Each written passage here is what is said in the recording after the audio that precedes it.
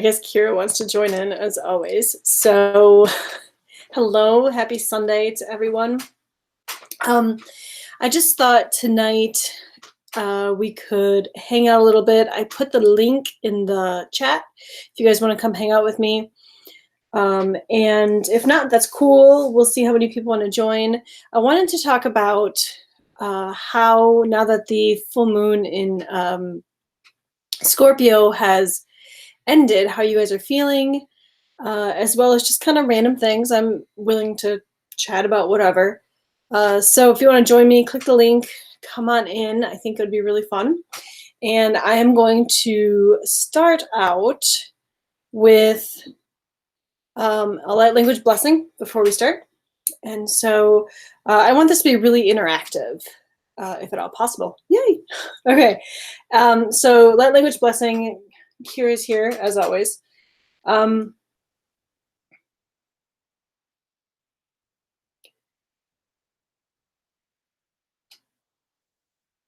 Nashataya sakaayo tu unu shukiata. Ilabuo shatia sanayata. Nalahana. Ikiata na mawushatiato kuumo. Nayataya la ana hanakioto tuya. Isiataya na ala muhuno satiata. Namaste. So, okay, Kira. So if you're here, let me know, say hi. And so the first thing I wanted to talk about is the moon in Scorpio.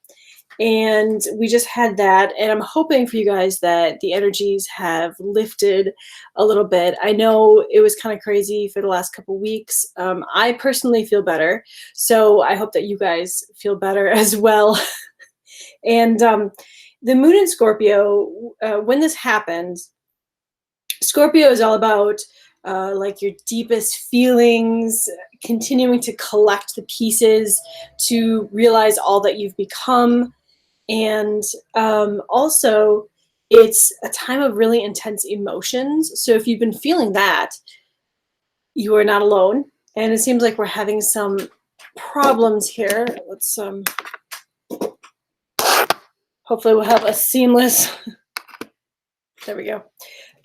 So also, this was the card, I was gonna draw cards, but this was a card that was up when I came in, and I just thought, like, how perfect, let me make sure it's on the screen, how perfect for the Scorpio full moon that just happened, because that's exactly what this was all about. In the past few months, you guys have been going through a lot of stuff, right? It just piles up. You think you get one thing accomplished, you're like, yay, I did this, and then all of a sudden something else opens, another package opens that you have to work on. And that's kind of how it's been for a while. And with the moon in Scorpio, I feel like that's lifted a little bit. I don't know. Maybe you do too, maybe not. But yeah, so I don't know if there's who all is out there. You're gonna come sit down? So what else? For me, I can talk about a little bit about what I've been working on these past couple weeks. But I really want to hear how you guys have been getting along, what's going on with you. If you guys have any questions, I have cards. I can pull cards. If you guys have questions, you want me to pull cards, you just have to let me know. I'm going to make sure that I am actually, you can hear me. I've been working on, yeah. Okay. So I've been really working on this a lot. And, you know, full moon in Scorpio is also about relationships and feelings, lots of feelings. And lately, I've been working on specific past life pieces of me from an experience that I had in Egypt. And it was perfect for the time that it came along because it had to do with relationships. And I'm not really ready to like get into the whole thing yet. But it's interesting because this relationship back then is still affecting me in this now moment, or in this now timeline. So the relationship back then was with a twin, my twin. The relationship now is with a twin. And it's really interesting to learn that not much has changed, which is kind of disheartening for me to think that it's still sort of the same old. But kind of fascinating for me to think that we as humans see time on a linear scale, even though it's not really, and to think that those personality traits have cemented throughout our incarnations. Like, it's just who we are. So we're just very passionate, fiery people, and so every time we get together, it's going to be kind of crazy. I actually asked. I was channeling. So I was channeling the twin from that past Egyptian experience, and I asked him. I said, "Was there ever a time that we weren't at each other's throats, or was there ever a time like we had like a nice farm in Ireland where like we had family and some sheep?" And he goes, "Yeah, actually there was." And so it's good to know that not every single experience is as crazy as many of them seem to be. But so I guess for me, it was really about feeling my whole life that experience, that past life in Egypt, was kind of mimicking this life. And I never wanted to admit it because I wanted it to be wrong. I wanted that past experience to be like a fairy tale, and I didn't want it to resonate with this experience. And I finally did. I called those pieces home, and I'm okay now that it maybe wasn't a fairy tale like we want to think of fairy tales, and that has a lot of similarities in this experience too. And so now that I've accepted those things, I could totally feel a lot of blockages being released. I want to hear you guys. Like, it seems really quiet. No one's saying anything. You guys need to talk. I know there's two of you guys who are hanging out with me. So what else? What else? I think when the time comes, I will be able to open up more into it, but I'm not quite ready for that because because I want to make sure that I process everything before I just start randomly talking about it. So yeah, other than that, I don't know. If we don't get any discussion, then we probably won't be on here very long, and that's okay too. So I can always give a blessing, and we can always just kind of hang up for the night, and it's all good. So let's see if there's any. I'm gonna pull. I actually made some notes on my phone with what to talk about in case there wasn't a lot of discussion going on. So I can pull those up too. But let's see if there's something that we should talk about. Hey, Jen. Hi. Thanks for being here. Okay, so is there something that we should talk about?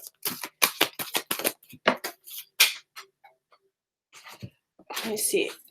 My cards always fall on the floor. That's a really great question. Alone time. Oh my gosh. Okay. So the alone time card popped up, and when I was looking into the Scorpio full moon, it talked about how a lot of us during this transition need time alone to have our thoughts, to be able to sort of process, to be able to think things out, to just be with ourselves. And so I'm not surprised that this card from Vega came, and it even says present. So on the bottom of the card, it says present. That's so crazy.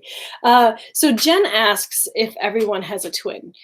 And in my experience, I'm going to say, yeah, that everybody has a twin. Now, the twin flame thing is really sketchy. Like, we have this I call it a twin flame epidemic on Earth right now, where it is true, like with moving into the new energies, a lot of people are finding people that complement them and that are considered like pieces of them.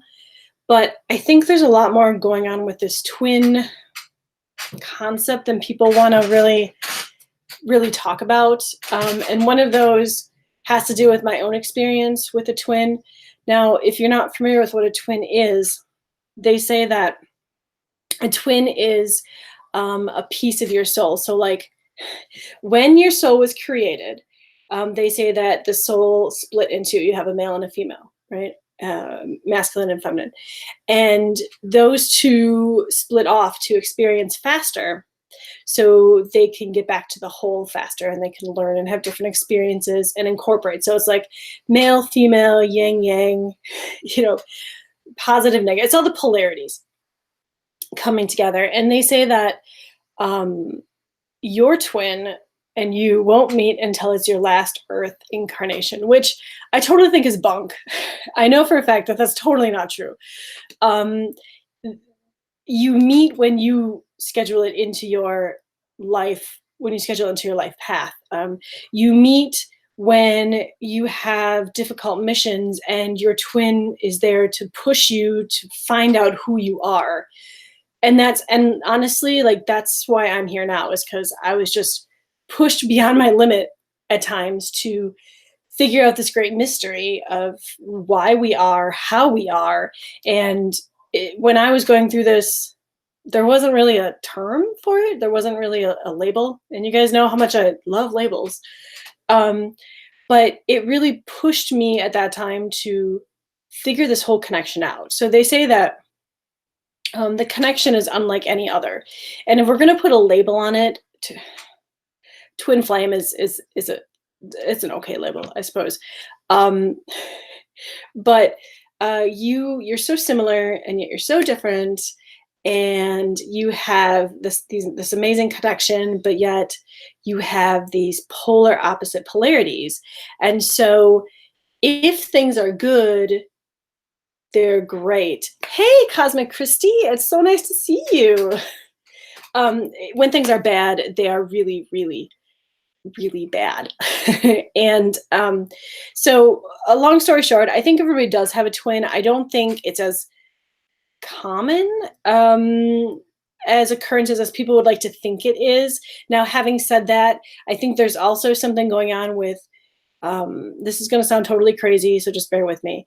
I think there's also something going on with a specific secret government program where they will actually take two people and they'll love bite them, and that is what is considered as a twin flame, because you actually become a part of the other person. And I'm not going to go into that, how they do it, but I have ridiculous memories of all this stuff, and that might be for a later video. But I think whatever label you put on it, as long as you find somebody who you think is your other half or who pushes you, it's fine. Like, it doesn't need a label. You don't have to call it your twin. But if you want to call it your twin, if that's what you feel like, I think that's fine too. And people go looking for their twin. They're like, well, I'm not going to meet with anybody. I'm not going to go date anybody. I'm just going to find my twin. Well, it doesn't quite work that way. The only reason my twin was brought to me, I think, in the 3D, was because I was oh yeah, that's true. Cosmic Christie says we do have counterparts at higher dimensions as well when we clear that level, our mirror. Yes, no, I totally agree.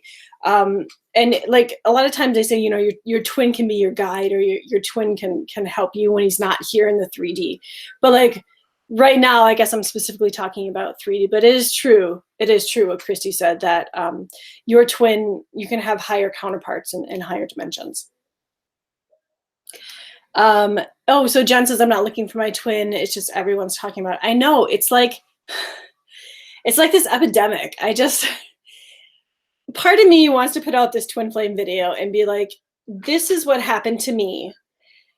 This is what I think is happening to a lot of other people.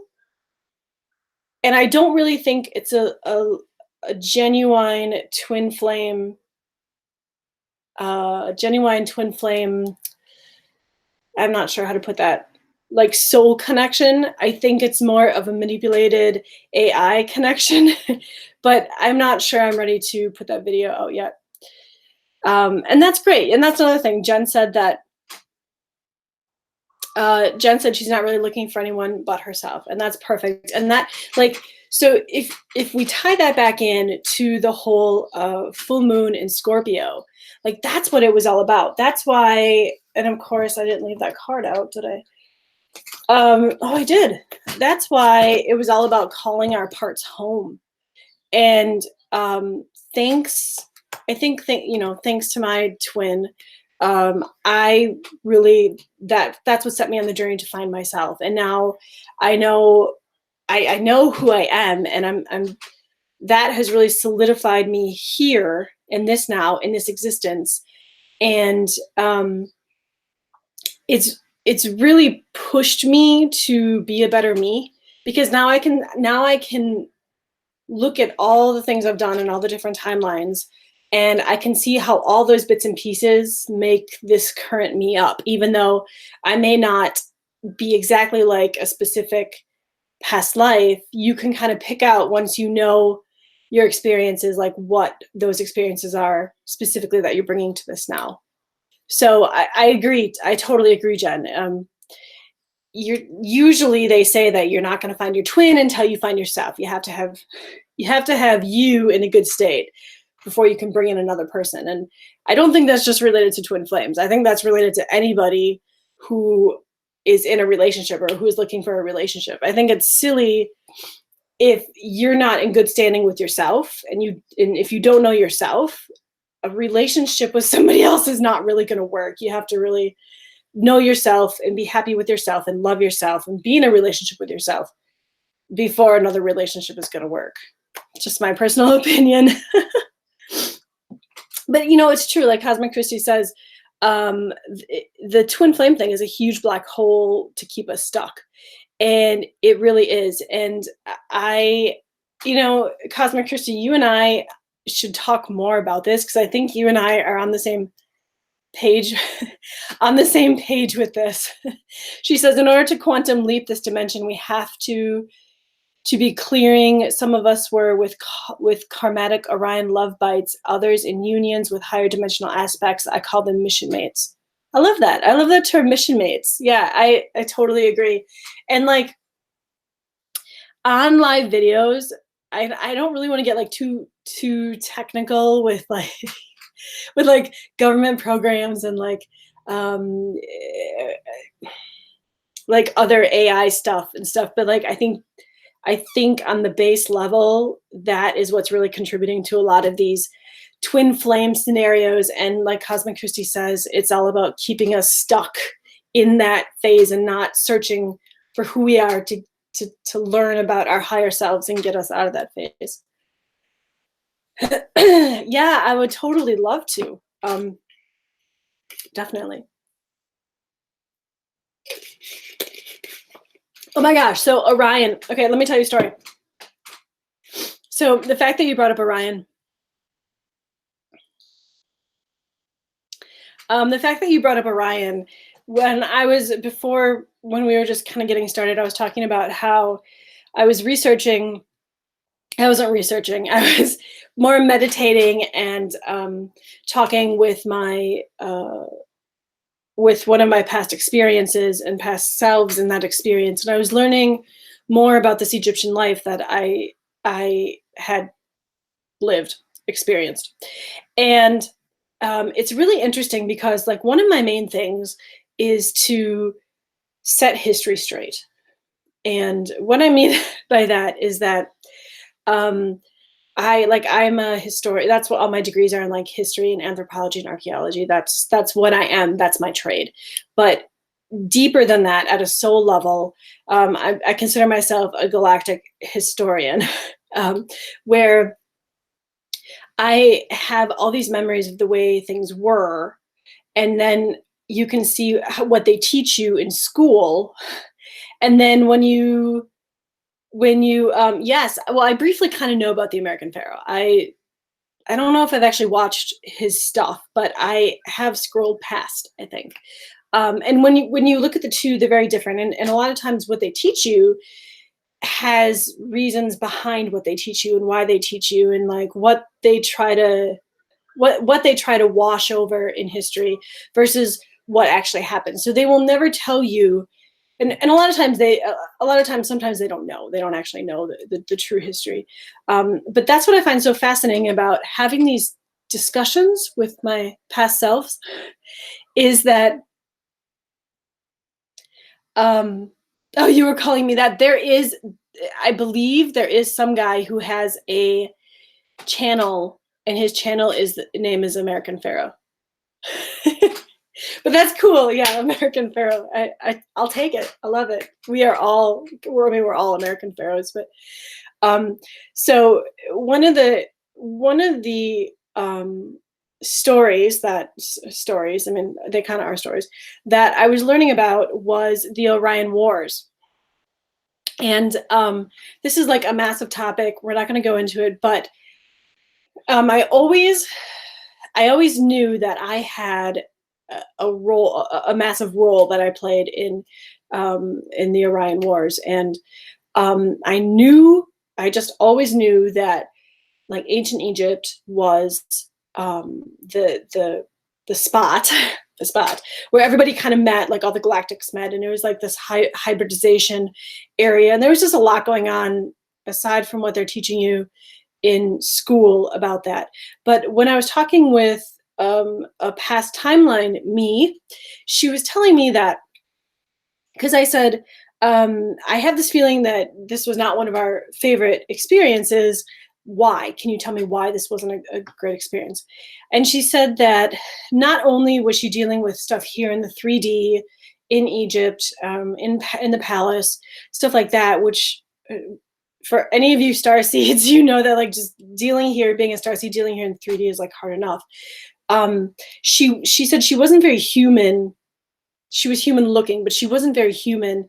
And one of her main goals, or one of her main missions in that past experience, was to help solidify Orion war treaties to get the wars to stop. And Earth was chosen um, as a, now I can't think, they're taking words away from me, as a ground that, a neutral ground, at a neutral ground where meetings could take place. And then she said she had to travel also to other places, and they had to have meetings, and they had to hash out contracts, and they had to hash out all this stuff, and that it took years, it took like hundreds of years to stop these Orion wars. But that at that specific lifetime in Egypt, that was one of her main missions that she was working on, and that everybody sees it now as, you know, she was in the royal family. That's how people look at it. But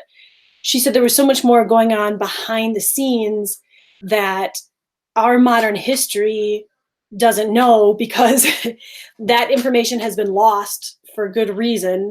Maybe not for good reason, but at that time they thought it was for good reason. And so this is the stuff that I kind of, this is the stuff that I like delve into, because I have that ability to not only remember past experiences, but I can talk with, I can channel talk with my past self in those past experiences.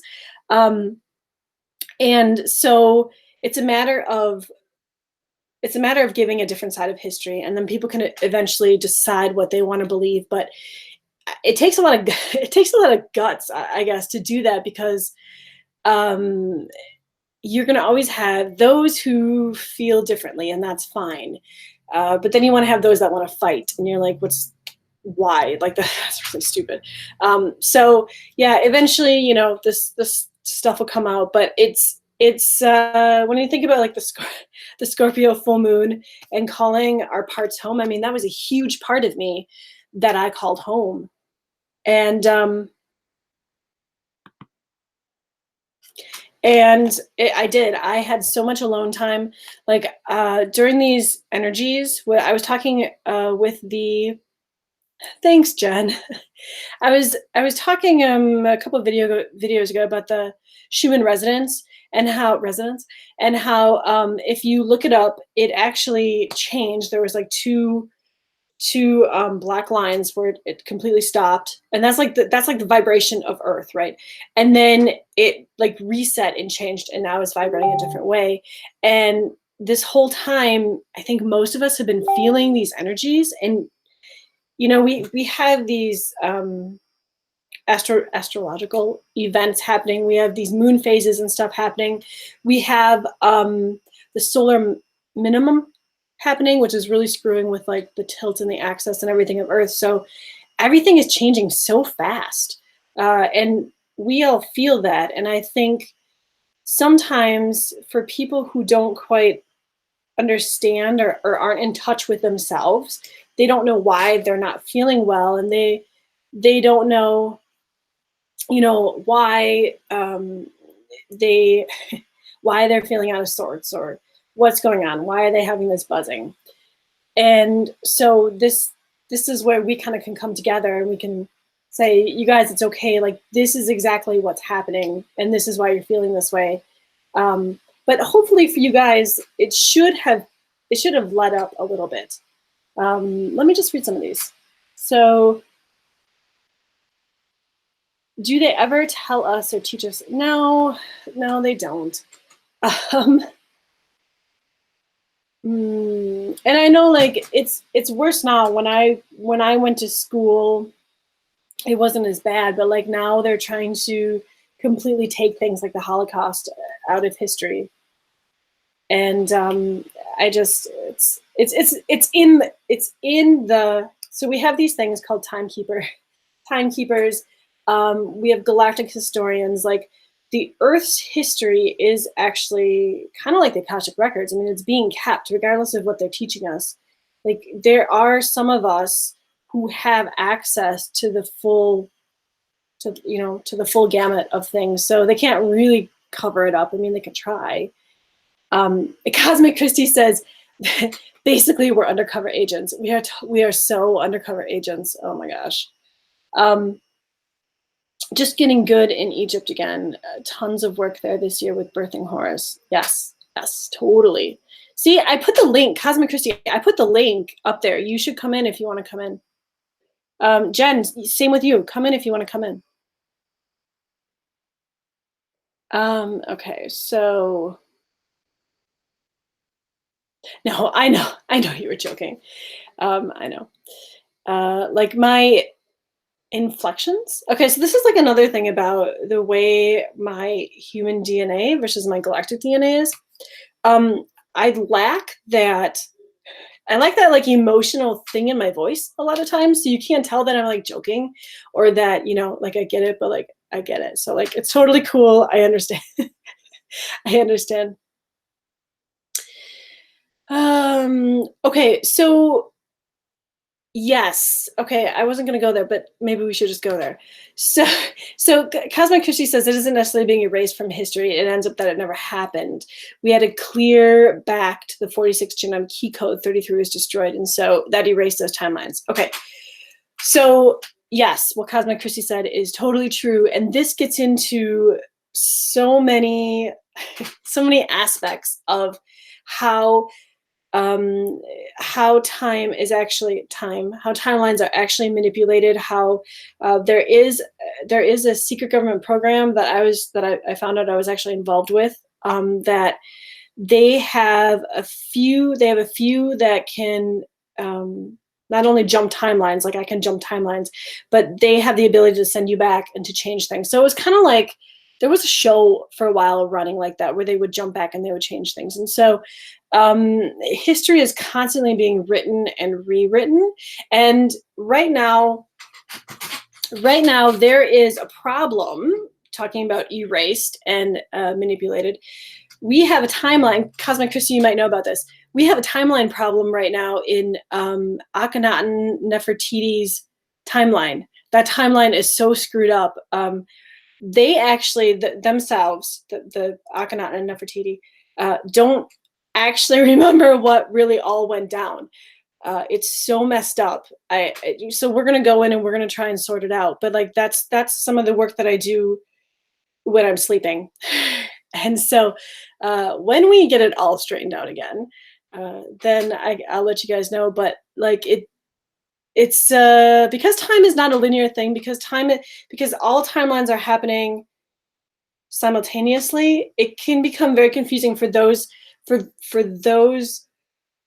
programs, those beings, those there's a lot of people who can erase things. Cosmic Christie's talking about genetic key code 33 was destroyed. So it's like this constant battle when you're aware.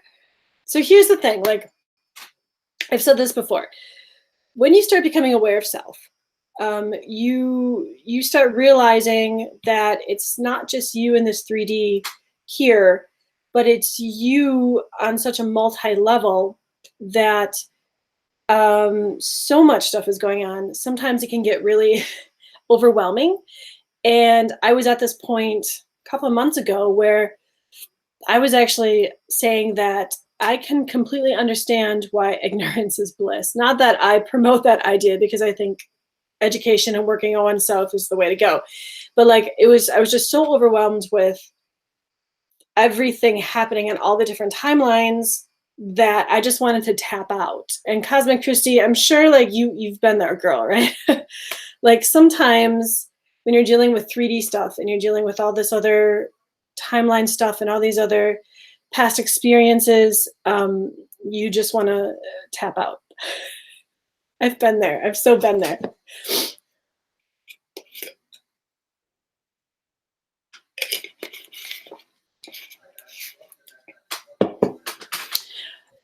So I think you guys should just pop in with me. We basically were undercover agents. I can see all of this in your starseedology natal chart. She most likely. Wait, are you talking about my starseed chart? Or are you talking about Jen's? Cosmic Christie. So, Jen, what did you say? You said something like, I wish I could remember my past lives and do some of my clearing. I'm sure I have a lot. Well, we all have a lot. We all have so many. There's reasons why we don't bring them all to this timeline. So this is another subject I've been working on lately. I've been able to dig deep into, hopefully explain to you guys how the whole reincarnation works, and how not only that, but how you can borrow soul fractals, and how your oversoul is like a bunch of grapes, and how complicated it is. Like for me and myself right now, I have at least 2 fractals hanging out with me, and so it once you realize like what all comes together to make up your human, it's very it's not overwhelming. I mean, it's just a lot of extra stuff that we don't really think about on the human level. Hey, hi. Yay, look at you. Can you hear me? Yeah, I can hear you. No, keep talking. Okay. I have to think what it was. Yeah, so I want to make a video. Like I have all these ideas for videos. They just gotta get made. I want to make this video about how, so you guys can better understand how this all works, because it frustrates me when people like you will go to a reader and they'll be like, you are a fractal of Aphrodite. You're a fractal of Mars.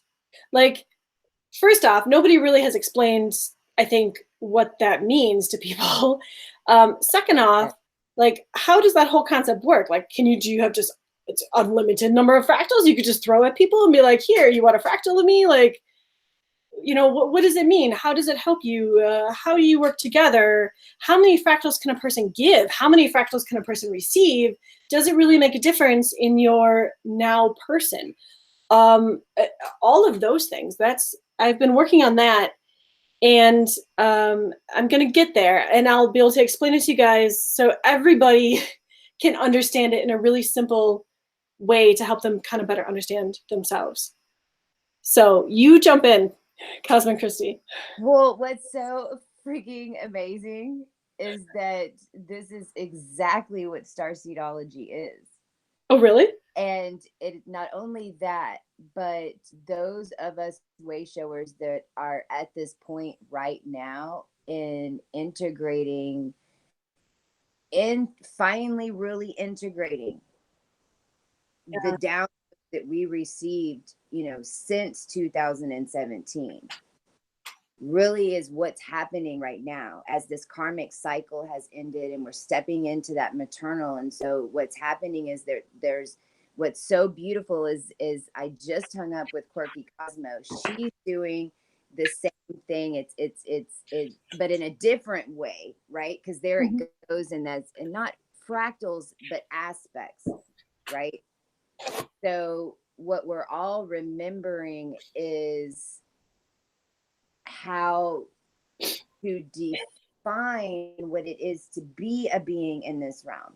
Yeah. Not only that, to remind everybody that we're energetic beings, to remind everyone that of the polarity of things that exists here. Exactly. To remind everybody what energy they came in to alchemize, because at the end of the day, that's all it was. So when people tell you that you have aspects of this, this, and this, okay, well, number one, how are they getting it? People can just perceive it. And yes, people can just perceive those different energies from you. I mean, absolutely, because we're all waking up and becoming like empaths, and I mean, hell yes. Oh, yeah. But how are they determining that? Because you can see it, from your natal chart, because when you look at your natal chart and you see what star systems you brought in, what you're seeing is what energies you brought in to alchemize in this dimension. Totally. And that's something that I wish I knew more on, the charts, like astrological charts, star chart, like any of those charts. Well, see, here's where it's different, and this is the thing. Like, the less you know about astrology, the better. Because this is it's not astrology. It really is DNA genetic. Because where we go to Orion, for instance. Okay, what is Orion? Well, Orion is, right now in this now, we will have a dimension of beings that doesn't ascend into a higher consciousness. Right. So they will go into an Orion program.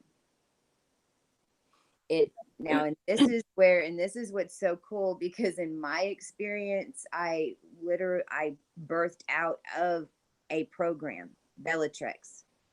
So I know what it's like to be completely unconscious, and then I know what it's like to be completely awake. That's awesome. Orion energy, that is what it is. Like a Beltegi is the first generation star, the one that's about to go supernova any freaking minute, because we just cut it off we just disconnected from it, because Orion is what O bloodline is. It's, linked back to Alpha Draconic, but what is that really? That's your bones. That's density, that's lower, that's how our bodies are made through that. Now, some of us have to bring in Alpha Draconic energy in our sun. So if you're bringing in Alpha Draconic energy and it's your sun, well, then you're probably going to be yelling at a lot of people, or you're going to be in the corner getting yelled at.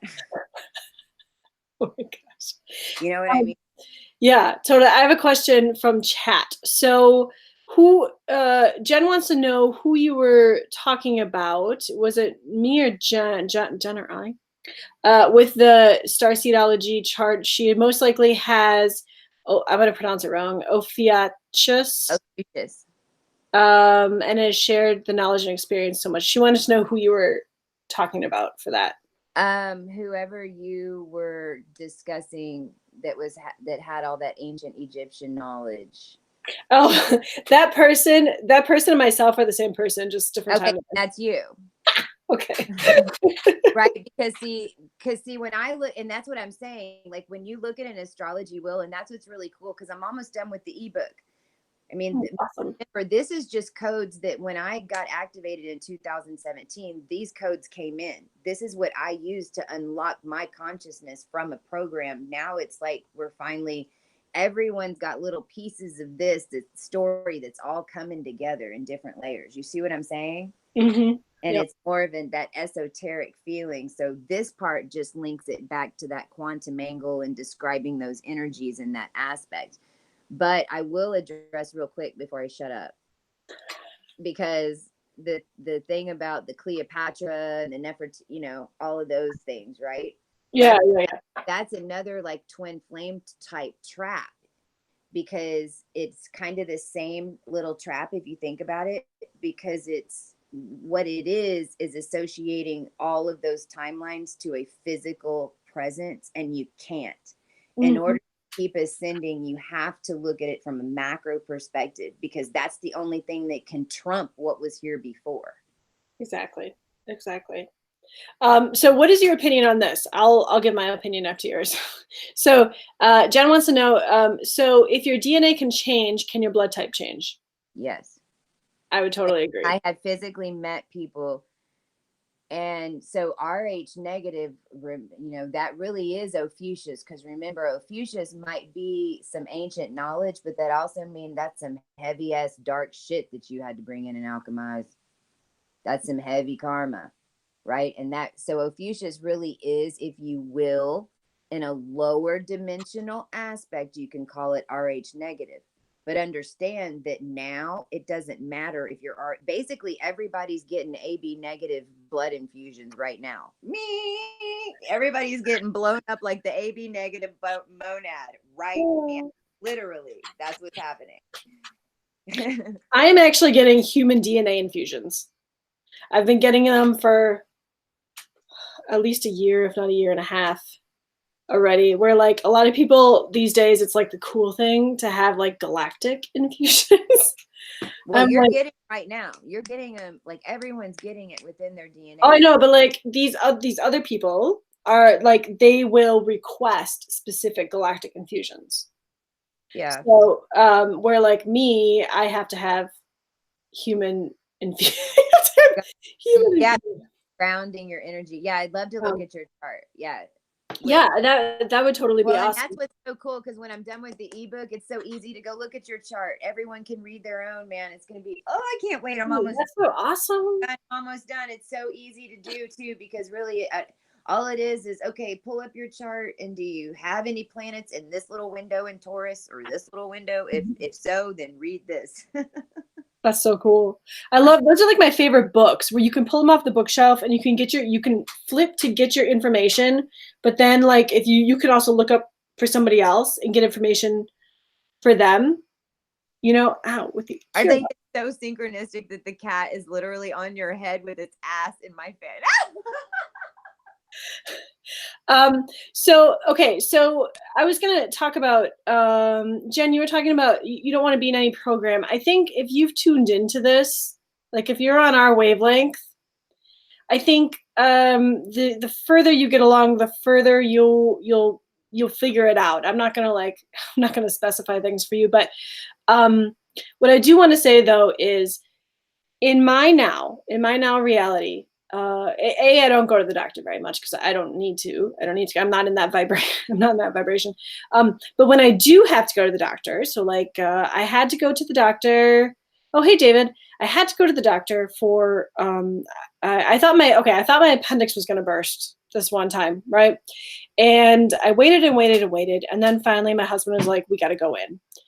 So I went in and they had me all strapped up. I was all IV'd up. They were 100% sure my appendix was going to come out. And so then they put me full of the crap to like get me in the machine. And I heard my team laughing, and I was like, "What are you guys laughing at? Like, this thing better come out of me." And they're like, "It's not your appendix. It's just it's like DNA." Yeah. upgrades, DNA upgrades. And I said, no, you don't understand. I said, I better leave with something missing from this human body. And so I was all ready to go. They hooked me back up. The doctor comes in and he sits down on the bed and he was like super perplexed. And he's like, we can't even find your appendix. And then he goes, like, they had to call in specialty people from bed to like come in and do these special different tests on me. And they were looking like at my insides, and my insides weren't quite normal. I don't know how else to explain it. But then he's like, in another thing, he's like, this doesn't make any sense, but your tests are like impeccable. You are like the most healthy person that has ever in a long time come Right. through our doors. And he's like, I just don't know what to say. And so for me, like the whole blood test, the positive, negative, it doesn't really mean much these days because it's constantly changing. We're constantly updating. And there's so much that they don't understand yet. I talk about, number one, I'll tell you that they took out my appendix and it ended up being healthy because of that same reason. Ooh, they took it out? Why did they take it out then? Like the 3D doctors took it out? Yeah, my appendix were removed because I had so much, but understand that a lot of us were manipulated in this realm. I mean, they always knew who we were whenever we came into this dimension. I love that you just talk about this. Like you and I will talk privately, but like this is something I struggle with. Like I just want to be like you, and I want to be like so carefree and be like, this is just the way it is, guys, and let me tell you the story. So anyway, keep going. But what I will say is whenever I'm talking about the RH negative thing, understand that what I'm talking about is the ascension cycle, which is very important to understand. It's very important to understand because it always was the blood wars. Okay. So when we say that we're returning to the monad code, what we mean is that we're returning to the Lyran monad DNA. That means that things like the timeline you discussed where World War II never happened, it's not that, understand, it's not that it's getting like erased from history where people are going, oh, all of a sudden we don't need to remember that anymore. What that means is that all the timelines that were between where we are now and the Lyran monad timeline never existed because the manipulation never happened, because we had to clear all the way back to that genome code because the 33 was destroyed so badly. We couldn't connect to it. We couldn't say we. So understand that whenever I talk about it from that perspective, that is what happened. And that is where this goes back to Egypt. And it goes back to us that are way showers and widely awake right now. We signed up we understand there is no time. We're still in Egypt doing this right now. Birthing the new Horus and the Lyran, right? I mean, all that's existing, and we're doing it all from this realm right now. But all those timelines have collapsed all the way back to Jupiter. So check this out. Like I jumped a timeline just recently, and I had full recollection of it. Right. And like this really funny thing happened. So I get there, like and it's just me on another timeline. It's not like I was there just in a different form. And my soul or my essence just went back into that. So anyway, so I get there and I look down, and somehow I came through with one like modern shoe, right? And the other one was like barefoot. And I have no idea like how that actually came through on the jump. No idea. So I look around. What color is the shoe? What? What color is the shoe? The shoe is like a white tennis shoe. I don't even wear tennis shoes. Okay. Right? Okay. I don't wear tennis shoes. So, okay. So I look around and it's like a desertish area, but not really desert because there's like a tree. There's like a healthy looking tree like right in front of me.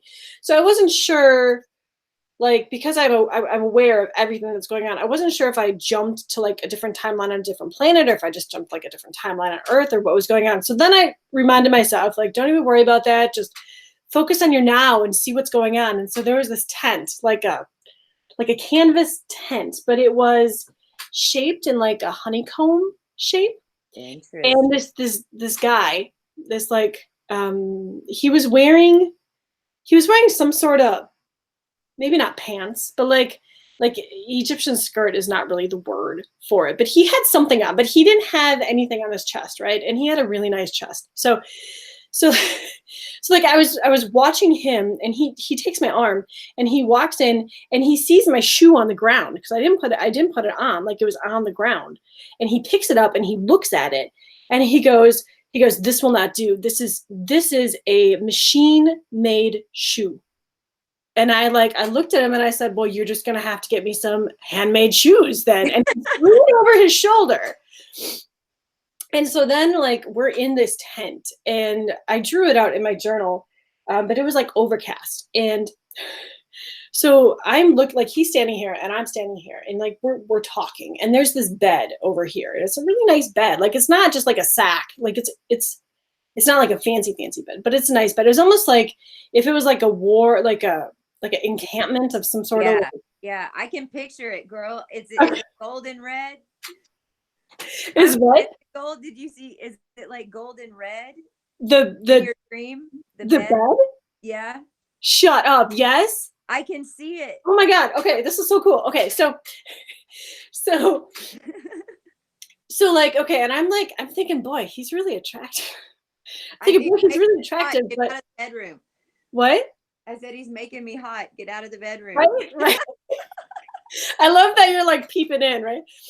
So okay, so like you walk in the front door, but there's like a back door too, and on each side of the back door, there's two cages, one on each side. One has like two massive rabbits in. The other has like two ducks or two birds of some sort.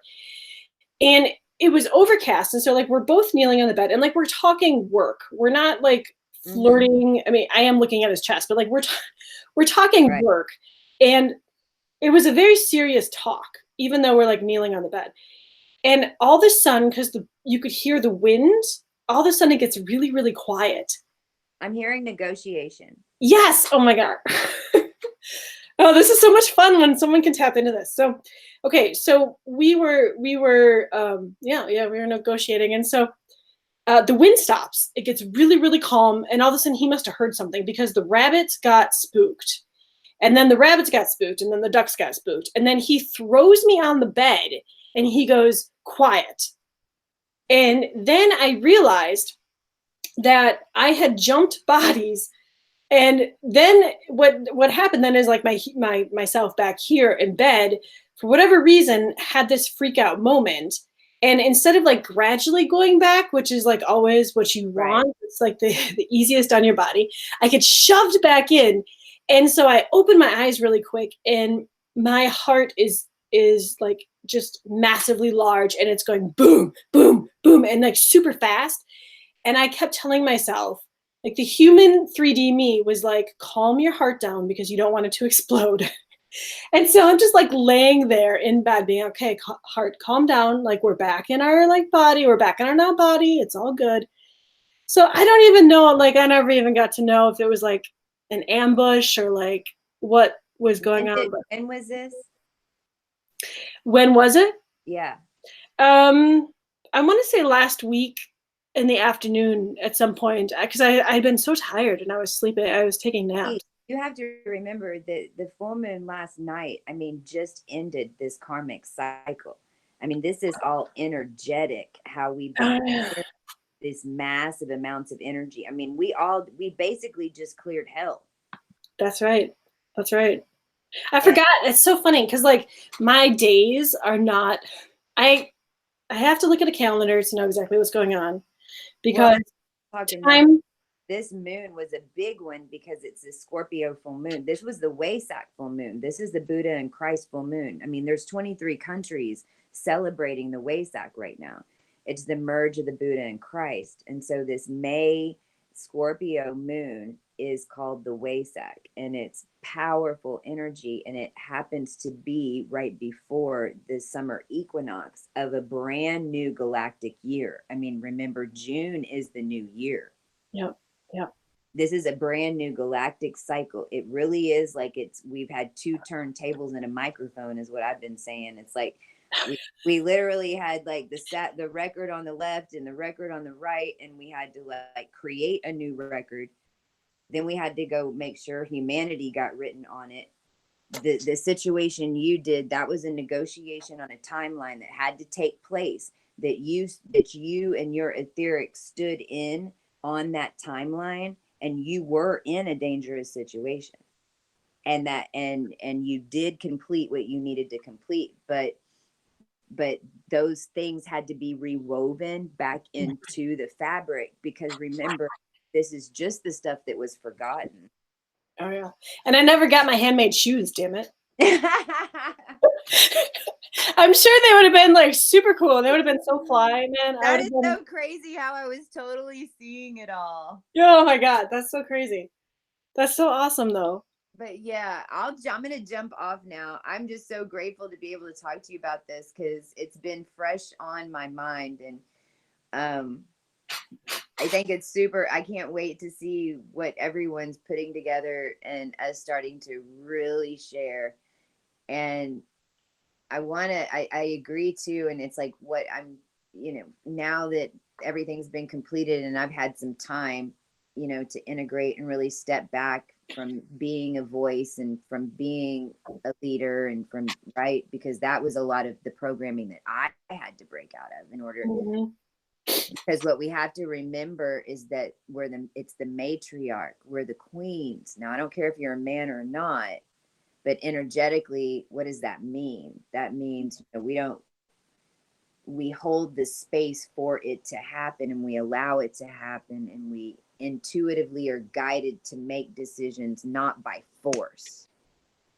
And that is hard AF to like reprogram your brain from, whenever you've got this idea and this idea, and we're going to do this, this, and we're going to do this, and I think I got to make this, and I got to make this money, and so getting back into that flow and that experience that you had in the etheric of being out of body in that situation, even it's getting to where those experiences are happening in your physical life.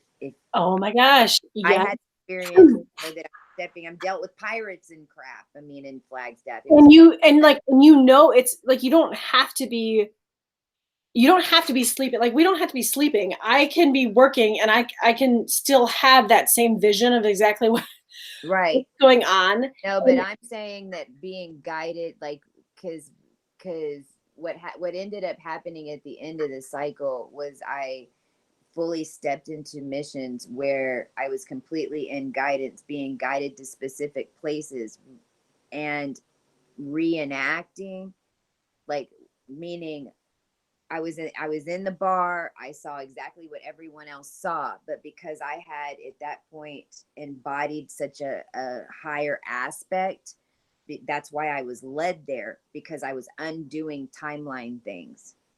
It's like we were placing ourselves in these records that were overlapping in situations where our seed was legit sold by pirates. Mm-hmm. Those things have to be, the reason that the shift always was so hard to make was because also in the human, in this realm, certain things have to happen. They have to enact themselves. It can't just be done in the etheric. Right. And that's, I wish I had my journals here. Not too long ago, I got a written message that talked about one of the reasons that I'm here in body on earth. And it's exactly, there was a lot more said, but it encompasses like everything you just said. Yes. Well, that's why I was led to talk about it, because your experience that you described in your dream was so very specific. Mm-hmm. that it reminded me of those scenarios that I was put into the physical, right? But understand, complete and utter surrender and guidance, even though I was 2,000 miles away from home and only had $50 in my bank account. For real. I mean, for real. But look, everything turned out great. I'm honky dory okay, and I'm more powerful than ever because I know that I'm supported fully. Oh, totally. And like with the moon too, the Scorpio thing, that was all about trusting. Mm-hmm. All about trusting that everything will be okay and that you're led where you're led and there's reasons and you just got to go with the flow and trust yourself and trust the energies and yeah, But totally. it's scary whenever you're like, oh my God, where am I supposed to go? So in the past, probably like the past 3 weeks seems like a long, but it could already be around 3 weeks. As far as like actual human work in the apothecary, it really hasn't happened. I've been pulled more to do a lot of sleeping, but there's reasons I'm not just sleeping.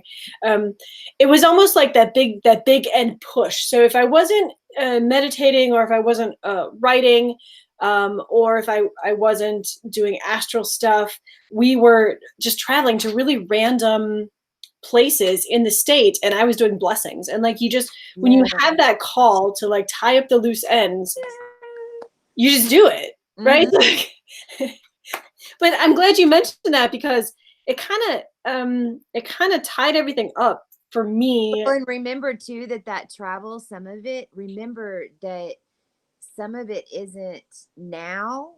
Don't think of it as tying up timelines. Now it's placing yourself in the record in order to grab your new timeline. Because remember, this is quantum shift stuff. This is where we start talking about, as Beltegee's first generation star going supernova, creating a time vortex vacuum, and that we're hitching a ride. Whenever I say that we're going back to the monad code, I ain't joking. And whenever we talk about what that looks like, I don't care what being you are. I don't care if you are God himself walking this earth. You have not seen what that looks like.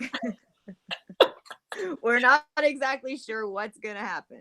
We showed up and saved the planet. We're creating a bunch of cool shit, but we didn't tell you what it's all going to look like. Right. And that's like when I got the this was a while ago, where I was like, you guys, like, my skin's turning blue, and like, this is not like, you got to fix me. I got to get fixed. I need something. I can't be like changing now. And they're like, well, we weren't sure like how the DNA was going to attach. And they're like giving me this big long thing. Like, we see now that we're going to have to fix this. Yeah. Like, yeah, well, Moments, understand that I guess what it was before I left. It was before I left for Sedona, so it was the beginning of April. Which is significant, right? Because this is all new Aries stuff. I mean, understand these are like processional equinoxes. Shifts. We literally, what we were reenacting were different pieces of the seed and putting it back together, because we finally, as a collective, took over the birth of it, instead of it just us because that energy was put on the human genome. When we talk about Orion, we talk about all that, right? I mean, these cycles of the one seed. Whenever you really go looking at Google Earth, I can show you some stuff in Egypt. You go digging around in Google Earth in Egypt, go looking in those black holes. You'll see the heart, you'll see our brain. You can track that blood all the way. Blue turns red, goes into the plasma. We are one being. Oh, totally. So that is that's why these timelines and things are adjusting. But see, Beltegees and those things, that's all going to happen, within 2020 to 2020. I mean, it's happening so fast now. It's like, it's not even, we have no idea. It could happen now. Oh, None of the timelines that we had before, in like the 36-year processional equinox shift and all these things from ancient times. I mean, we can pretty much throw that one out the window now, because we've gone quantum, and it's speeding up so beautifully. But this is also, I mean, how people are just waking up. They're just like, boom, whoa, what just happened? Why is my genie ponytail not working? I'm like bobbing my head and I can't figure out where my wishes are, I know, let's see, there was something that David said. I heard from someone that the Rh negative, I think that all the presidents have the same blood type. Oh yeah, they do. I mean, that's the cousins on my channel. That's what I talk about is the cousins, because understand that that's the draconic on the planet. You know, that is the reptilian DNA on the planet, but that is also back to the four elements of the dragons. So, if you will, in the beginning, in one of the beginning timelines, what happened was one of the dragons got sold off, and that was the two seed, the feminine seed, and it was the wind, it was air, because it was always a fight over air and water. There was the static, and the AI was just that static electricity making everything go to the left brain. It was literally like static within the human skeleton, and then all that was stacked with black magic and contracts and all this crazy crap that was all gridded down through da da da da da. I mean, it was freaking nuts. You know, and then don't even get started on your, like, you know, your body's a Wi-Fi signal, and go check your gematria, because and then how is your house coded, and damn, you know. So like this reminds me of a really funny story. So I was talking to Ramses one day, and we were talking about like the first human on the planet, and we were talking about the history of the galactic, like the how Earth fits into galactic history.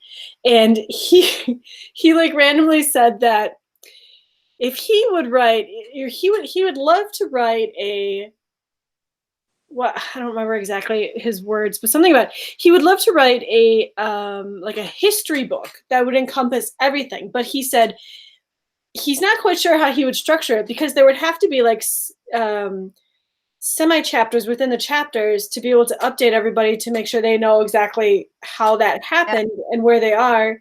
And then he goes, it just seems at this point, he said, it just seems too complicated for Earth yet to understand. And then I said, well, I think I would understand. And he goes, well, yeah, I know you would understand. Well, he's gonna be surprised, but yeah, I know what he's talking about, because Yeah. it's basically, we're bubbles, you know, from the dragon perspective. When I'm in that because, you know, I'm an AB negative.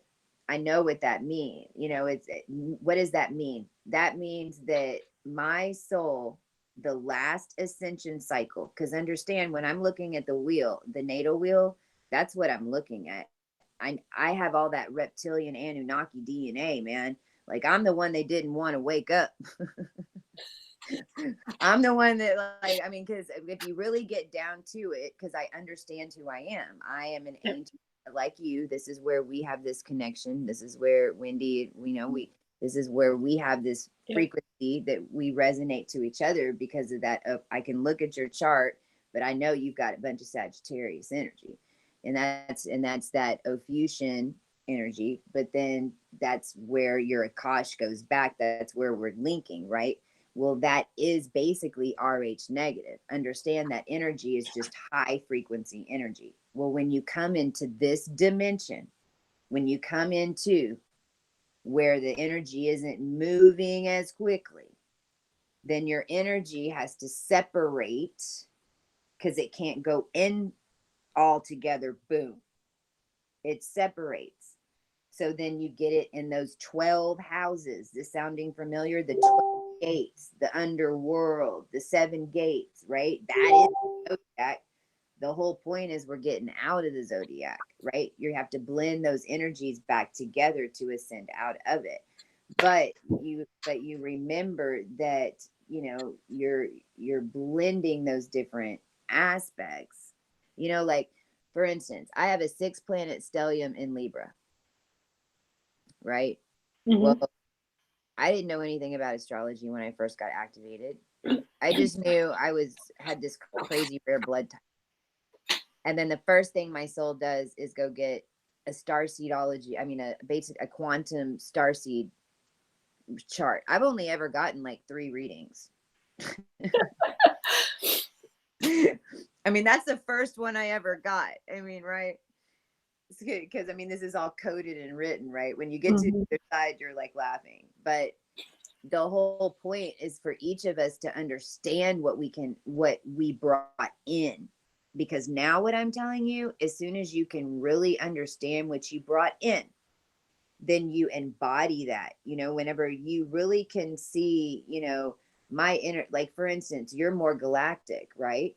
Yep. So I know that your energy frequencies are going to be more macro, meaning they're when you go through the ascension gates, they're going to be more Ophiuchian, maybe alpha draconic, zeta reticuli, formal hot, a royal star, right? Mm-hmm. Be the way far out ones because your energy field is huge. Well, you know that about yourself. So you know that you can change the entire galactic energy frequency. You can. Yep. Well, if you didn't know that you had those galactic connections, you wouldn't be able to figure that out. Right. And I think, like a lot of people, I mean, I'm sure you get this question too, but a lot of people are always saying, well, how did you get here? Like, how did you put two and two together to like figure it out, to like get to the next step, to like get here? And I don't know, like it wasn't always, it took a lot of introspection. It took a lot of time with myself. It took, you know what I mean? Like it took It learning. takes guts. Yeah, it took learning what was a yes and a true feeling for myself and learning what was a no. So like in the beginning, Yeah, that's when you sign up to have your sessions with people, when you're really excited about this stuff and you're learning about, and they're telling you who you are, you before you sign up for these sessions, you need to know what is a yes feeling for you and what is a no feeling. Where you're not letting these people dictate to you who you are. They may be able to add well, depth to it, but like they're not going to I always be right. So honestly, I worry about that too much because you have to remember it's energetic. And I am under and the way I've seen it happen in my experience is the right people come to me. oh Period. yeah, no, I totally believe that. But like, let me tell you, honey, I have had some shit ass, like when I first started this a long time ago, to like be in that where you're learning about yourself and you're like, oh, I'm gonna go see whoever and they're gonna help me. Oh yeah. Like it's this thing where, because you're so like you're not there yet, you're not learning to like function in all the different energies, like you're just learning about Well, those I things. 100% see what you're saying. You're talking about Yeah, intuition, which I yeah, 100% agree yeah. with you. Hands down, preach, mama, preach. Because that is, you are 100% correct. People don't know what intuition is. And for me, it was like that was my mission here. Because I mean, I was an adopted rape baby. Oh You my know, God. You know what? Well, we already know this, but like, it's like we grew up, you know, around energies that were not ours. mhm. So, because from the get go, we had to learn how to trust, right? Yeah, Why that's how we're able to step into it so strongly now. How do you teach that? Well, you just have to go what's in your gut. You have to really and not and be in almost a divine madness state. I call it divine madness. I think that's a that's good. That's actually a good name for it. because what you're doing and what you might be led to do that is going to put you on the highest timeline for your ancestry for you to reach the pinnacle of what you came here to do might seem utterly retarded in a 3D perspective. And if you're worried about what other people are going to say or think, then you might miss the biggest freaking opportunity that is going to blow your ancestors' mind. Like you might get hit by a car shortly after if you don't jump on that train. Okay, so the question is, how do you personally start a career or an occupation on this galactic path? We'll start with Well, that. That's oh the my first gosh, question. I'm so excited you asked that because I mean that is a huge part of. So Christy, before I got my activation, I actually am an entrepreneur and had some accolades building another company, and have been in sales and advertising and those types of things. And being somebody who has taken nothing and to make money, right? And trying to figure out now how to do that without the banking system. And do I really need this? And do I really need that? Um, right now, the best thing is groups of us like this together and really starting to understand what it is that we're all bringing in and understand what we're all doing. Because the more that we're doing it in groups, okay, even if you're getting a group together and you're talking about, well, number one, what do you want to do? Because you're manifesting it. So what is your heart really, do you want to read cards, or do you want to write books, or what is going to make your heart sing? Because that's number one. You got to find out what that is. And sometimes that takes a while to figure out. Right? Totally agree. Once you find that, or it's how did you get here and what's your superpower? Meaning, man, I came through this, and this, and this, and look, here I am. So my superpower is now helping people deal with this, and this, And it's like in the beginning,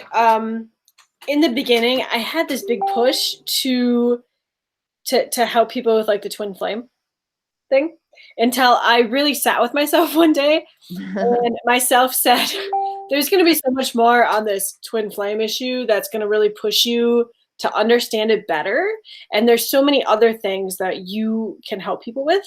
Yeah. And so like, what we did with the historical apothecary, that was brand new. Nobody had ever done that before. I had a dream to do that. My guides were like, boom, this is what you should be doing. And because I trusted myself and I trusted my guides, I was like, okay, so let's see, where should we start? Where should we start? And so I just sat down one day and I said to myself, okay, what's the first thing I need to do? I need to find something I'm super passionate about, find something that I want to help people with. It's not that I want to make a lot of money. My mission is to help people, help set history straight. You guys know that I'm like big on that. Help heal people, teach people that like, A, people weren't all dying in history, and B, like there's a lot of natural things we can teach people about the natural plants. And so this is what I'm going to do. Okay, well, how are you going to get there now? What's your next step? So then what I did is I took a nap. Right. And in my nap, they're like, okay, well, the next thing you're going to need to do is you're going to need to start pulling some original resources and just familiarizing yourself with the recipes, because you have the ability to decode these recipes and we're going to help you decode them. So the next thing you need to do is you need to set up something on the internet, whether it's like a Facebook page or something, and just start talking about what you love. Have that passion for what you love, and people will come. You will find your tribe. The part right there that you talk about is where I'm hoping other people follow what I'm about to launch, because getting off specific platforms, we won't say any names, because, part of embodying this energy right now, and for all of us right now, no matter who the heck you are, I mean, this is happening to you whether you're conscious of it or not. Like, this is the goal. That's like getting the golden ring, stepping into those manifestations in those higher timelines, right? But the advertising and marketing piece through traditional channels does take a while, right? Because, oh my gosh, yes.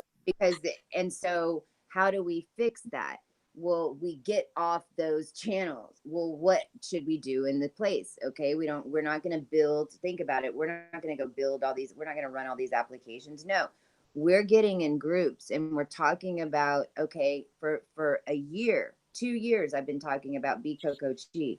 Well, now I've got something now that's popped up that now I've been able to set up with Patreon, and I'm going to use Marco Polo. It's this app. And this is how the Creatrix was able to pull off these massive events that, we'll start telling y'all the stories of what the hell's been happening with the pirates and everything else, because it's nuts. But we were able to do that because we had taken it to a different platform. Now, how does that help other people? Well, Coco Polo, for instance, it's little walkie-talkie messages. Number one, people are showing their face. And it's in a controlled environment. So number one, it's like I realized, another superpower of mine was that I talk to so many people every day, but they only talk to me. and they only tell their stories and their situations to me. And I'm the only one sometimes that they've even told these spiritual things are happening to them because they're so scared to talk about it still. So just getting 20 people on one channel that are showing their face and openly sharing their synchronicities and what's going on, and then sharing, hey, I'm building this, guys, and then you get all these other people that are focusing their energy on that. It's nuts how fast it all manifests as we're building bridges and saying, okay, oh my gosh, he just started doing BQHT, da da da da da da da, bringing people all in one place, instead of I've got to remember this website and this website and this person's channel and this person's channel and da da da da da da da da, right? So there's going to be more things that are coming out like that. So don't worry about it, right? That's why I said all that. Oh no, I totally agree. I was okay. Tell Dave or whoever it was that asked the question, don't worry about that. Go, like she said, go take a nap and go figure out. It's like so many of us get mad because we haven't shifted into our new reality, but we haven't even drawn the cartoon yet. I know. I totally agree. Like when I was doing this, so I opened our Etsy shop in 2008, and at that time I was hand sewing historical clothing because it was a passion of mine. It bothered me that people were representing history with crappy costumes that weren't even real historical clothing. Clothes I have. Do you even know how many vintage clothes in? Oh my God, that's like when we go places, like when I actually get out of my home, which I like being a hermit. Anyway, I do dress. I do, like, that's kind of my style, like a modern vintage flair. But when I first started, the hat you had on it, the crazy which that's the only time I've ever worn that hat. I love that hat. When I was doing it, I would actually like peruse blogs, and this is probably not even like legit for these days now, but I would peruse blogs, and people would have, lists of other sites, of other historical sites of interest. So I would try to message these blogs, and I'd be like, hey, please check out my work if you're interested. I would really appreciate you guys to post the link. So I started out there. I started out with a YouTube channel. I started out with a Facebook fan. They called them fan pages back then, but now they're business pages. Right. We started off with a shop, and it was just, I just let my passion and my intuition and my trust carry me. And then and people always say, well, what about the money? Well, like, let's be completely honest. I was homeless. I was homeless. We had gotten enough money together to get a teeny tiny apartment while this was all going on. I never worried about money because, and this seems ridiculous to say, but because I knew that the business was going to take off when it was going to take off, and that everything would work out. And because I trusted, it wasn't a roadblock. It just, it just all went. And so, I would spend hours like perusing, like wholesale websites for, like, you need tins for salve and stuff. And I would, because I do everything by hand. I like totally suck at keeping records on the computer. I would make lists of like, okay, this website had it for this much, and I would try to get the best deal. But it's just small baby steps. As long as I did something small every day towards that dream, that's what did it. But I think, now these days it's a lot of networking too. Like now finding your groups and just, well, it's not necessarily networking gathering as much as putting networking in the old energy sense, because whenever I'm old salesperson, so networking. Oh yeah, not like that. but like putting out your inner, meant what you said, and what you said is so beautiful. And understand though that like you are on a higher timeline. Like you actually understood, not even understanding. Okay, that just how it was supposed to go. Now, some of us have to break out of these programs, or we've been through bankruptcy, or there's been other, because that's another freaking straight up program, fresh off the press, right?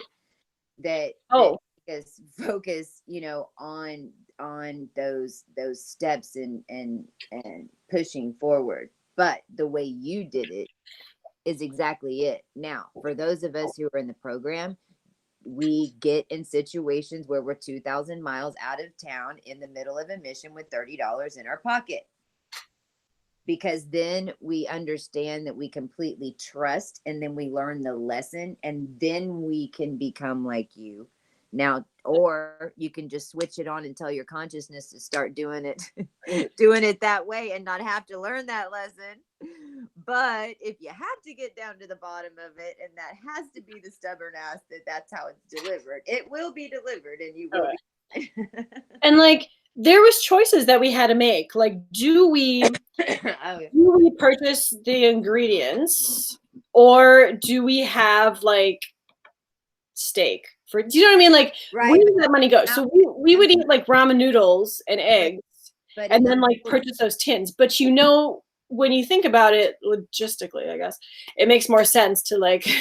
But see, even in the new consciousness, and the new quantum consciousness, right? That would even be considered lack. Right. Now, I'm not saying that I act like that every single time and I don't make a dude, don't even get me wrong. I learned a lot of ways ramen noodles can be made, let me tell you. You know what I mean? No, I do. I totally do. Right. I totally do. I don't act like that, but no. But I mean, really, that is the other flip side of it, just expecting to have exactly what you can do. Yeah. And then the other thing is that I tell, one of the little things I tell people when they're starting to learn about their intuition or trusting their guidance is to do it in whenever you have nothing, you don't think you have anything that you can cook. You just have like bits of things in your refrigerator and your cabinet. Go in your kitchen and ask your guides to help you whip up some food. Oh yeah. And watch, man, it'll be like, get this parsley out of the cupboard and get this butter and put some milk in it, and you're like, what? we did that once, and for dinner we had chocolate chip cookie dough.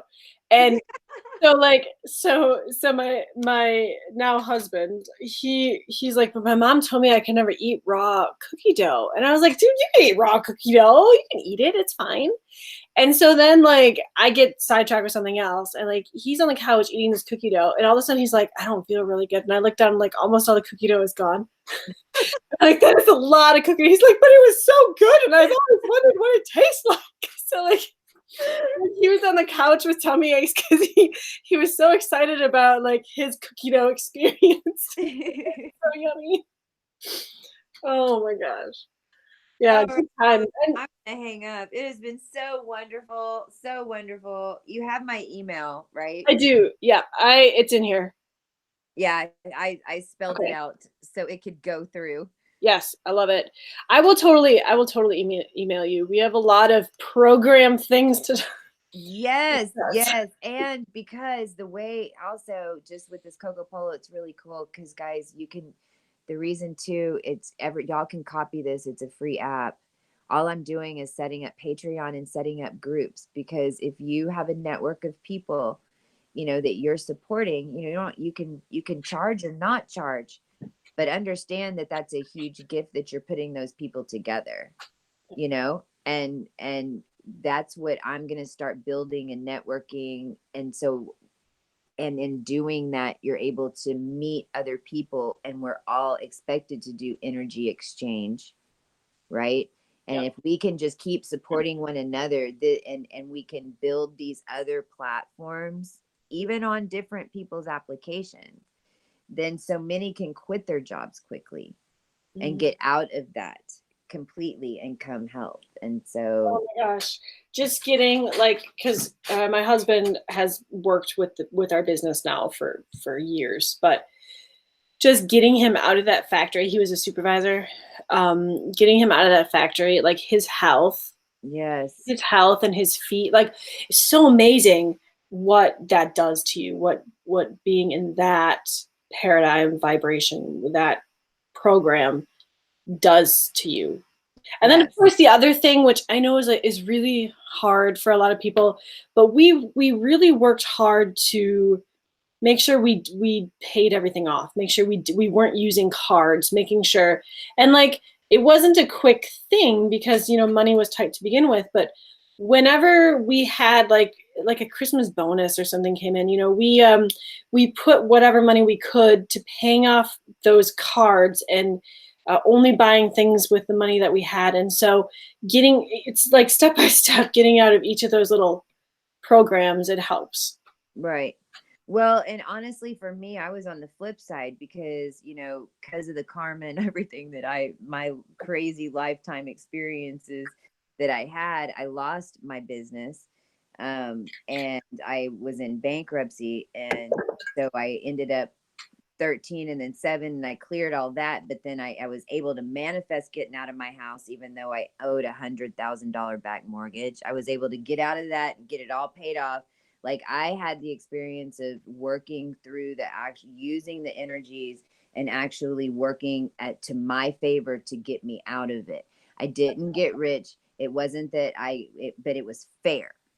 Yep. And all I will say to anybody watching this is any of those things that are coming at you, just focus on the solution and know in your integrity what is fair.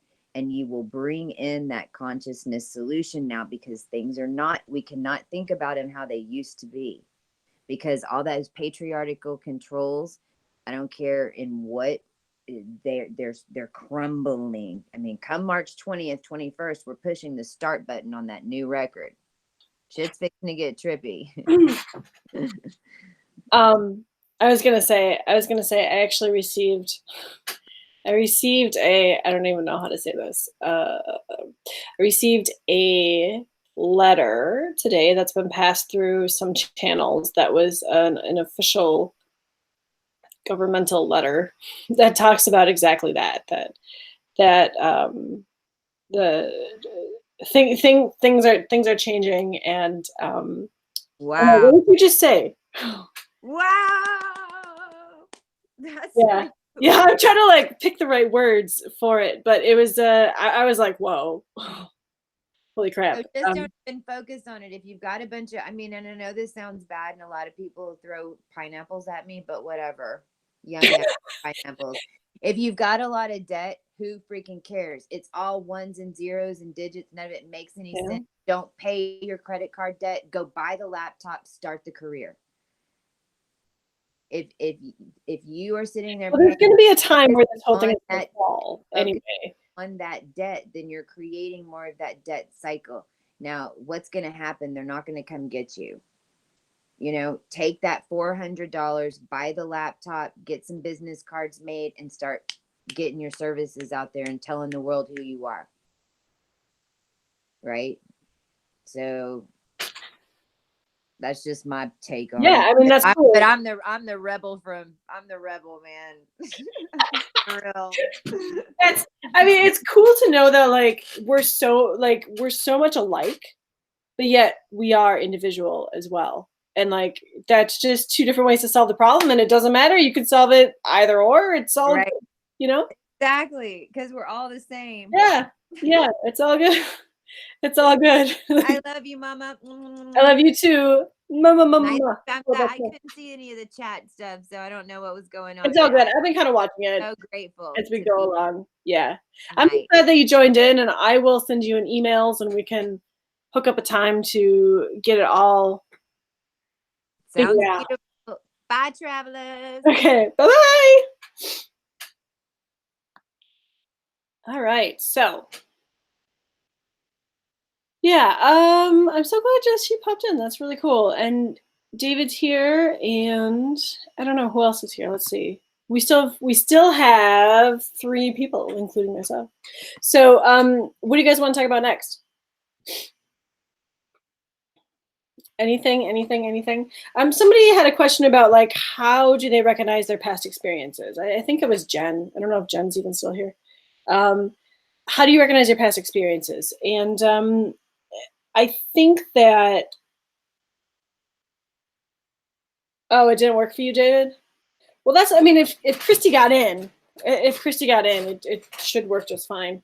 But so some of the ways that I recognize them is that I like as a kid, it's just always been there. It's always been in my scope. It's always, stuff you're passionate about. Moments, things that you know a lot about in history. Relationships that are just like there's just something more. Like those are all guides to links with your past yous.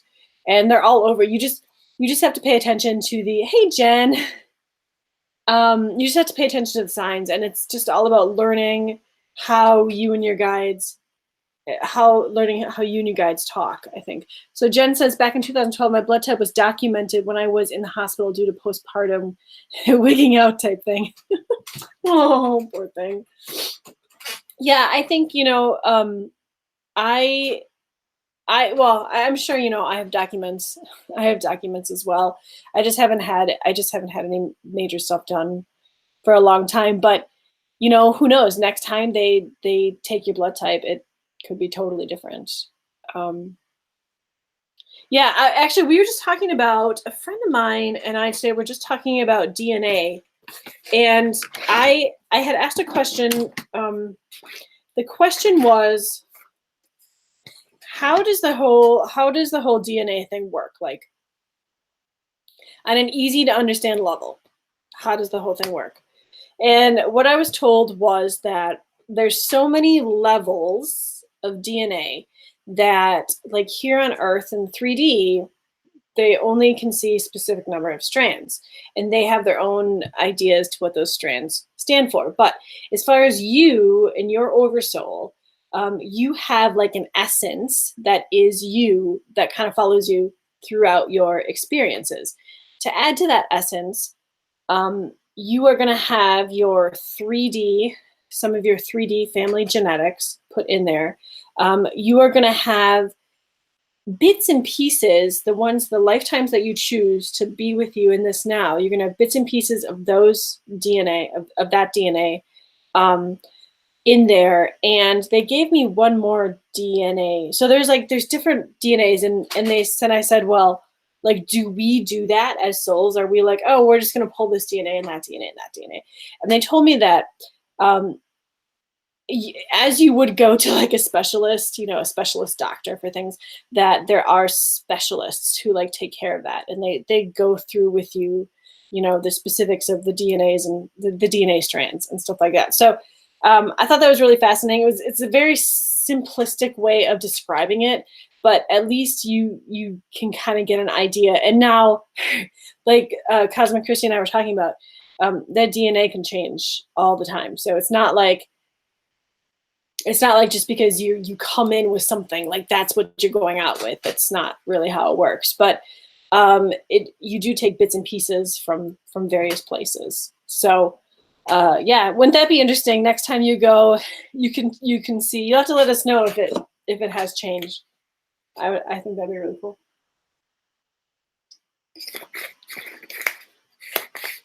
So what else?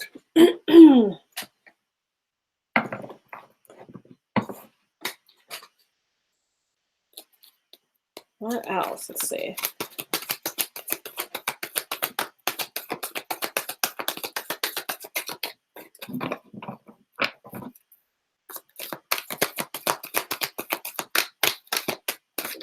That's so cool that open contact. Yeah, well, this is a pretty obvious card. Open contact from the Pleiades from the future. I don't even. There's not much to say about that card. The card is what it is. But yeah. So what else do you guys want to talk about?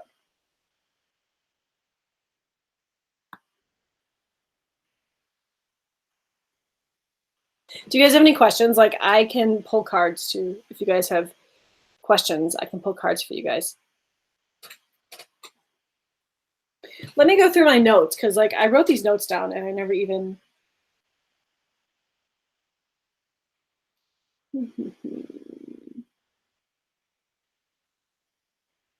So what we were recently going through, this was talking about like moon stuff, and it's talking about how stuff that may be happening or has happened with this moon, which actually, like Cosmic Christie said, just finished yesterday. But they were talking about unwavering determination and focus, acute emotional sensitivity, and increased psychic awareness, the need to speak the truth as you see it or feel it, even if it makes others feel uncomfortable. Preoccupation to probe the depths by exploring the shadows, what lies beneath, as a way of ensuring it doesn't sabotage the creation being woven.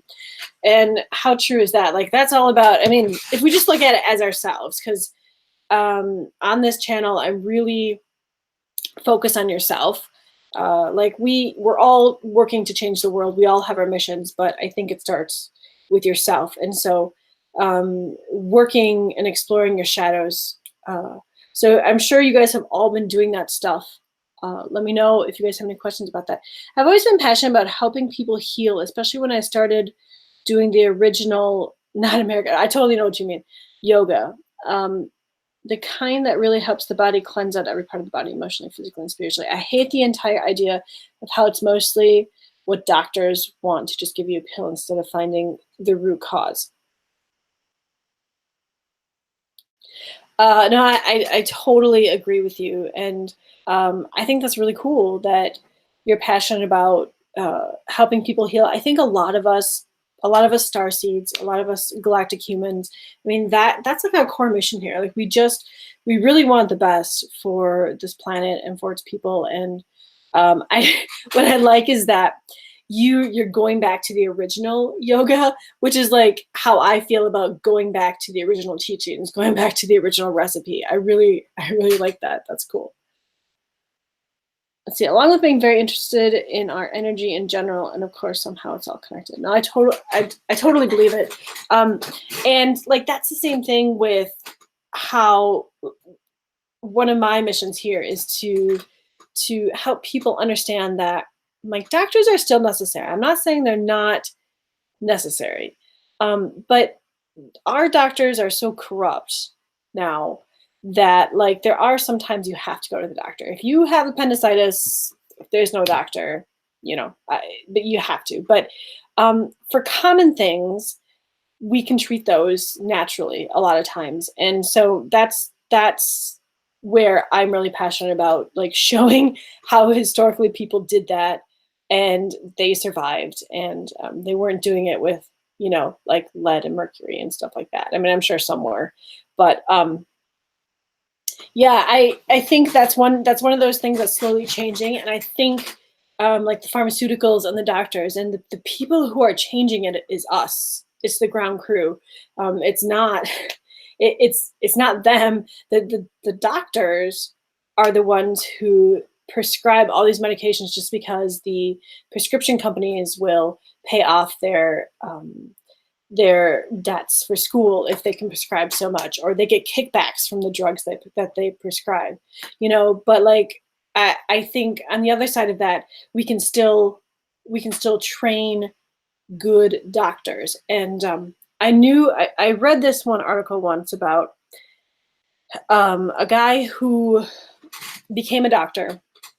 He had all his pharmaceutical degrees, and he started his own pharmaceutical business where patients would come in and he would look at them and he would treat them naturally. He would like make compounds and stuff for them, like a historical pharmacist would. And he was treating the problem instead of the symptom, instead of trying to block the symptom or just cover up the symptom. And he was noticing a real difference, that the patients were actually healing. And the thing, so like long story short, it was going really well for him and he was helping heal a lot of people, and then he got shut down. And there's more to it. There's more to the story than that, but basically Big Pharma shut him down. And so I don't know his name. Jen, you'd have to look it up. But he was so smart. He had all these degrees and doctorates, and like he definitely knew what he was doing. And I don't even know. I think it took. I think it was in the United States. I'm not sure, but I wish I knew his name. but I don't because it was such a long time ago. So yeah. And and we got so we got this. I'm going to read this because this actually goes really well. We got this letter today from a customer, and like for those of you who don't know, like I run a historical apothecary, and we're very careful how we do things because we also do like cosmetics and stuff, but we do have sads and stuff like that, and everything's all natural and it's historical. And we got this email today, and I absolutely thought this was the coolest email ever. It said, "Hello again. I just wanted to share how unbelievably grateful I am for your balms and creams. The one I got for hives worked so well, and my skin on my toe broke open and it hurt and itched so bad. It was awful. I tried the hive cream out of desperation and it worked, no lie, immediately. It was in the middle of the night and it was a work night. It's because I wear socks when I work. Then the healing cream is also a miraculous healer as well. Although the hive cream, I've used it for cuts and it has been very efficient. And then she said, I literally just used the headache balm. We have a migraine balm. And it's like magic, she says. My headache was much less severe, almost entirely gone. And the anxiety balm also works wonderfully to help me calm the F down. Thank you, thank you, thank you." And I just thought, like, those are the emails that I live for, because I mean we it's not all, we don't, it's not all unicorns and ice cream cones every day around here. I'm human. I'm in a human body. Like, there's struggles, and sometimes you have rough days at work, and you question things like, is this really what I'm doing? Like, here I am, like, I'm just having a difficult time. But then you get emails like that, and you're like, wow, this is why I'm here. I'm helping people. I'm helping heal people, and this is why I'm doing what I'm doing. And so it makes it all worthwhile. And so I just thought that was so cool, that just really made my day. So yeah, I will put it in the link here for you guys. I don't know if it'll let it go down, or if it'll let it go through. So that is, you can copy and paste it, but that's the link to our shop. David, I don't know where the Google Hangout link is now. It's disappeared. It's disappeared. Yeah. Oh, this is what I was gonna say. Okay, so this is something new I learned. So, you know how everybody has their own universe, right, within them. Because everybody, like, I'm not going to see things the way you're going to see things. You're not going to see things the way your brother, sister, mother sees things. So we all have our own perception, and we all have our own way of seeing how everything plays out. And so, so I've had this theory for a long time about when you have a question and you want to talk to, like, the person that experienced that, that subject or that event. And so if you do any channeling, you call up, you channel that person, and you ask them questions, and they're giving you the answers from their point of view. Okay, so let me give you an example. So let's just say I've actually never asked Ramses this question, but let me just use this as an example. So I would say, hey, Ramses, who won the Battle of Kadesh? Okay. And, like, because he experienced it the way he experienced it, he would say, well, Egypt won the Battle of Kadesh. Like, we beat them. It was miraculous, blah, blah, blah. Right. But if you actually read the historical record, it was like this, it was like a draw. Okay. And that was like, he actually signed the first treaty. He was the one who invented, like, the first known treaty that was signed. And so if you ask him this question, that's what he would say. if you're looking for a historical answer, that would be his historical answer. But if you would actually look at it from a timeline perspective of what really happened, it was actually like a draw. So that's why when you have to be careful who you ask these questions to, and what the answers are. So like if you wanted to ask, I don't know, if you wanted to ask a question to, let's just say myself on a different timeline, it's through my eyes, so it could be different than the actual historical, written thing that went down. And so this was proven to me again, and I just thought how interesting is that, and like we were just talking about history, and how there's so many ideas of what really happened, but then you have like these history keepers, and galactic historians, and so they can kind of give you like the well-rounded viewpoint of like how it went down from viewing it as an overhead perspective versus like down here in the 3D and he said, she said. I don't know if that makes sense. But I wanted to share that with you guys because I think it's so important. Like when you guys are looking for information on yourself and what you all did historically, and you have to remember to take those things into perspective as well. So let's see. A lot of headaches. Yeah, there's been a lot of headaches. I mean, a lot of people have headaches because we're like a stressed nation, right? I mean, we hardly have any vacation time, and the vacation time that we do have isn't really like downtime. It's really hard on the human body, and constantly seeing the same numbers. Okay, so what numbers are you seeing, Jen?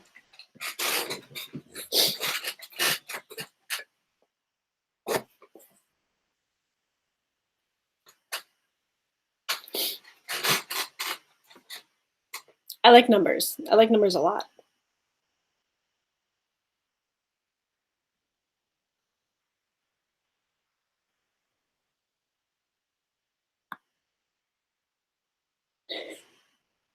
Always the same numbers. Okay. And then 17, like 217, 517, 917, 1217. Always 17. Have you looked it up? Have you looked up 17 and looked up 8? I was born on 217. Isn't that kind of cool? Like that just reminds you how amazing you are. And so 7 plus 1 is 8, plus 2 is 10, which is an ending and a beginning, which is actually kind of cool. You being born, coming back in, having an ending and a beginning to this experience. I have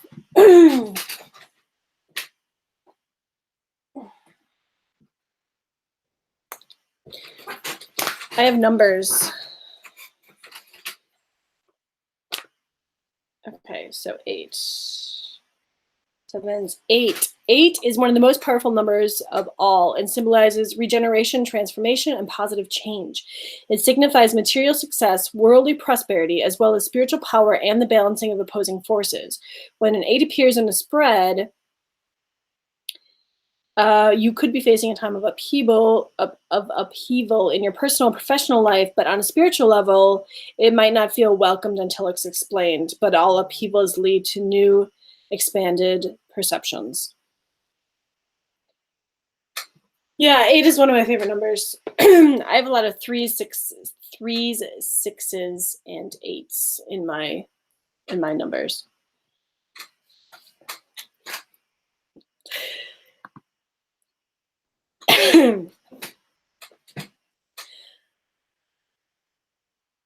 And this is really cool. Like I didn't actually expect like 6 people watching. So I'm really thankful for you guys for being here because I didn't really know what we were going to talk about. I just wanted to hang out today and see if you guys had any personal questions you wanted answered with cards, or to check in to see how you guys are doing. Because the last time we did a video, the energies were so rough that a lot of us were struggling. And so I just wanted to double check to see how you guys are. Hopefully it's lifted some. And yeah, this is so cool.